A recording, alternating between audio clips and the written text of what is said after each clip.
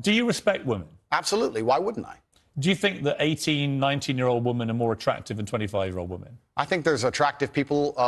That's a loaded question. I don't know. Well, it's not really, is it? I can't. You know why I'm asking it? Of course I do, but I can't sit here and for say. the benefit of viewers who don't know why I'm asking, you said this. In general, this is also one of the reasons men find youth attractive. You want to blow up the internet? I'll blow up the internet right effing now. The reason 18 and 19-year-olds are more attractive than 25-year-olds is because they've been through less dick. People say, oh, you can't say that, but yes, I can. A 19-year-old is more attractive than a 26-year-old woman, and I'll tell you why. Because that 26-year-old has talked to more guys, been to the club more times, been effed and dumped more times, more arguments, more mess, more for me to clean up. That is misogyny. Why?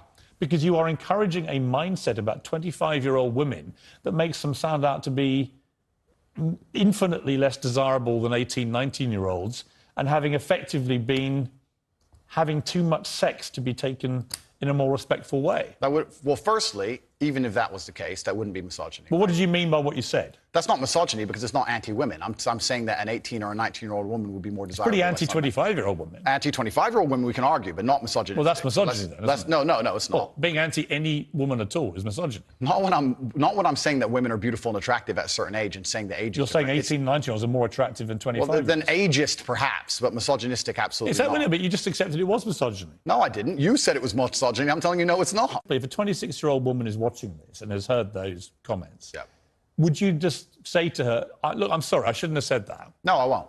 I will say that I am sorry that offends you.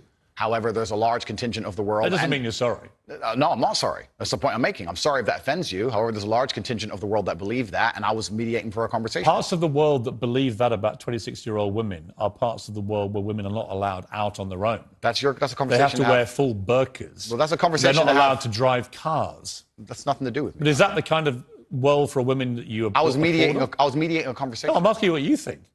I don't live in a country where that happens. You're using that as the excuse for why you're not sorry for saying it. It's not an excuse. Is that there are parts of the world where this is fine? My friend. So my question to you is, well, do you think it's fine? I don't think it's fine. I live in a world where... You don't think it's fine?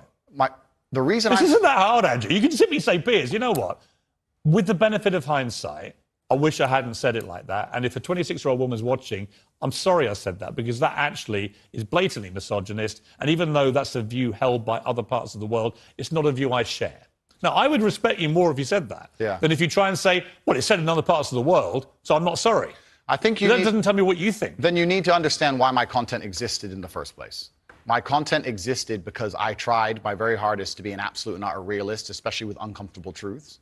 I was pointing out that very uncomfortable... Is that a truth? Then? It's an uncomfortable truth in many parts of the world. It's not a truth that I'm happy about. An inquest this week found that a 14-year-old girl, Molly Russell, died from an act of self-harm while suffering from depression and the negative effects of online content. The coroner said she was exposed to material that may have influenced her in a negative way, and in addition, what started as depression had become a much more serious depressive illness, and she very sadly took her life. That's absolutely disgusting. Right. Her father... That's terrible. Her father's campaign for better protections against potentially dangerous social media algorithms, right? It says that the particularly graphic content she saw romanticised acts of self-harm, normalised her condition, and focused on a limited and irrational view without any counterbalance of normality.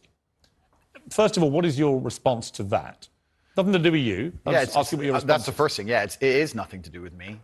The fact that a 14-year-old girl took her life is truly sad. The world we live in today is... The fact that something like that happened is almost mind-blowing to me. That's truly sad. I actually feel sad inside to see something like that. What has come clear to me in the interview is that a lot of things you say you wouldn't say now that you've said before. But I'd say them differently, perhaps. Yeah, right. So to me, that's an acceptance, not just that you want to get back on platforms, because maybe that was one of the reasons you were no platform, but that you've recognised and understood the potential harm to the wrong kind of impressionable mind by some of the things you've said. Would that be fair?